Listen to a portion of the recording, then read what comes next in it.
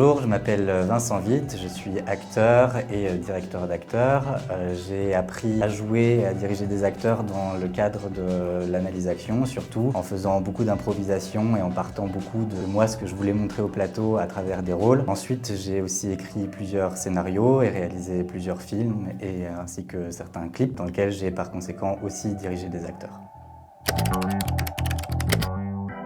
Au Studio Muller, je m'occupe de la classe préparation au concours, dans laquelle j'accompagne des jeunes acteurs et des jeunes actrices à passer les concours des écoles nationales supérieures, donc le CNSAD, le TNS, l'ENSAT, l'ESCA et compagnie. Donc déjà, c'est une préparation dans laquelle on apprend ce que c'est et ce qu'on y recherche. C'est aussi une préparation dans laquelle j'espère pouvoir permettre à mes acteurs et à mes actrices une grande liberté. Je ne cherche pas du tout à les mettre en scène et à la diriger, au contraire, je cherche à faire en sorte de leur faire prendre conscience du théâtre qu'ils aiment, des thèmes qu'ils veulent aborder, de ce qui est brûlant chez eux, ce qu'ils ont vraiment envie de faire, pour que ce soit ce qu'ils puissent montrer de mieux le jour du concours sereinement, en toute tranquillité et en toute détente.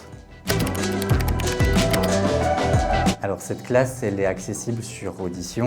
On essaie d'avoir toujours des petits effectifs d'environ 12 personnes pour que ce soit le plus agréable possible pour les gens qui y participent. Cette audition, je fais exprès de faire en sorte que les gens puissent venir avec ce qu'ils veulent. Absolument, que ce soit un texte, que ce soit une improvisation, que ce soit un parcours libre, du chant, de la danse, enfin n'importe quoi qui est intéressant, qui leur semble intéressant de montrer au plateau. C'est une façon en quelque sorte de déjà se poser la question des concours. Qu'est-ce que je veux faire moi en tant qu'artiste?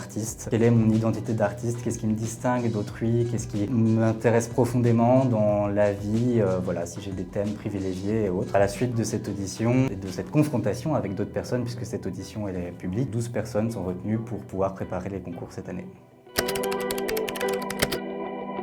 Alors la spécificité de cet accompagnement, c'est que justement, je ne souhaite pas mettre en scène des acteurs et des actrices, je ne souhaite pas les utiliser comme des pantins, ce qui est souvent fait, pour plusieurs raisons. D'abord parce que par honnêteté, en fait. Je pense que l'exercice des concours, c'est un exercice où on fait face à soi-même et où la sincérité gagne toujours. Donner cette clé à un prof qui ferait la scène à la place de l'élève, c'est le déresponsabiliser. Et je pense que c'est pas un service à lui rendre, ni pour lui dans sa vie en général, ni pour ses concours. Donc au contraire, c'est un accompagnement dans lequel l'élève va pouvoir venir tester plusieurs choses, s'aventurer dans plusieurs scènes, choisir ce qu'il veut, déconstruire des attentes qu'on pourrait avoir sur son profil. Et je vais l'encourager beaucoup à explorer. Voilà, je pense que ça, c'est vraiment un verbe important dans la pédagogie. Jusqu'au jour du concours, de telle manière à ce qu'il puisse être assuré de montrer ce qui lui plaît profondément et ce qu'il a profondément envie de faire en tant qu'artiste. Pour moi, l'erreur la plus fréquente vis-à-vis des concours, c'est d'être obsessionnel du concours et des scènes. Souvent, les jeunes acteurs et actrices imaginent que le lieu du concours, c'est le lieu du bon casting, en quelque sorte, et qu'il y aurait un rôle quelque part qui les attendrait, pour lequel ils seraient spécifiquement faits, soit pour telle ou telle raison physique, soit pour des questions de genre ou autre. Je crois qu'au contraire, le concours, c'est une grande aventure de déconstruction, où on déconstruit tout un tas de clichés qu'on pourrait avoir sur des scènes, mais aussi sur soi-même. On a passé les années 2000 et globalement, on peut tout à fait aborder n'importe quelle scène en se passant de questions de genre, d'âge ou autre. Et en les dépassant, on revient à l'essentiel quelque part qui est pourquoi cette scène elle me touche, qu'est-ce qui dans le conflit me meut beaucoup, qu'est-ce qui fait que immédiatement il y a quelque chose qui brûle à l'intérieur de cette scène, pourquoi cette écriture, moi elle me plaît. Et voilà, indépendamment des questions de casting qui sont quelque part assez secondaires. Un très beau déclic qu'on voit à chaque fois dans cette aventure, c'est quand les acteurs et les actrices osent enfin prendre cette grande liberté et osent être responsables et compter sur eux-mêmes quelque part. Parce qu'au moment où ils se disent que en fait tout est possible et que leur concours relève de leur choix, absolument du début à la fin, alors la plupart du temps, la scène devient d'elle-même assez puissante. Voilà, ils réalisent leurs désirs les plus profonds. Il y a assez peu d'espace en fait dans la vie où on peut le faire, y compris dans le cadre professionnel. Donc d'un seul coup, le concours qui passait pour un exercice contraint devient une chance et là, ça devient vraiment beau, quoi.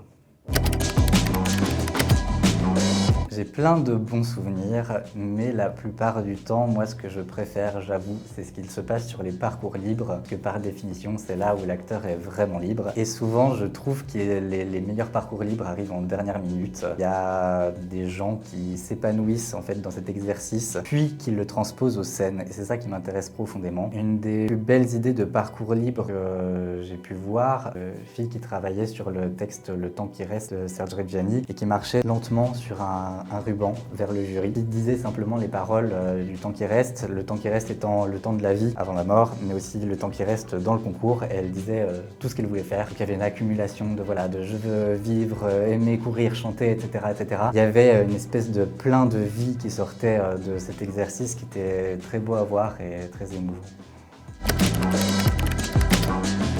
Je pense que la principale raison de l'hésitation vient d'une peur, et d'une peur de se découvrir soi, dans le fond, puisque c'est précisément l'exercice. Il faut oser y aller, il faut oser se découvrir en tant qu'acteur sur scène, face à d'autres, il faut oser pouvoir affiner son discours et se dire que l'espace des concours, des écoles nationales supérieures, en réalité, c'est l'espace de l'acteur et de l'actrice au plus profond de ce qu'il peut donner sur scène, puisque c'est l'espace où on réalise ses propres désirs sur scène, et il n'y a rien de plus beau que ça.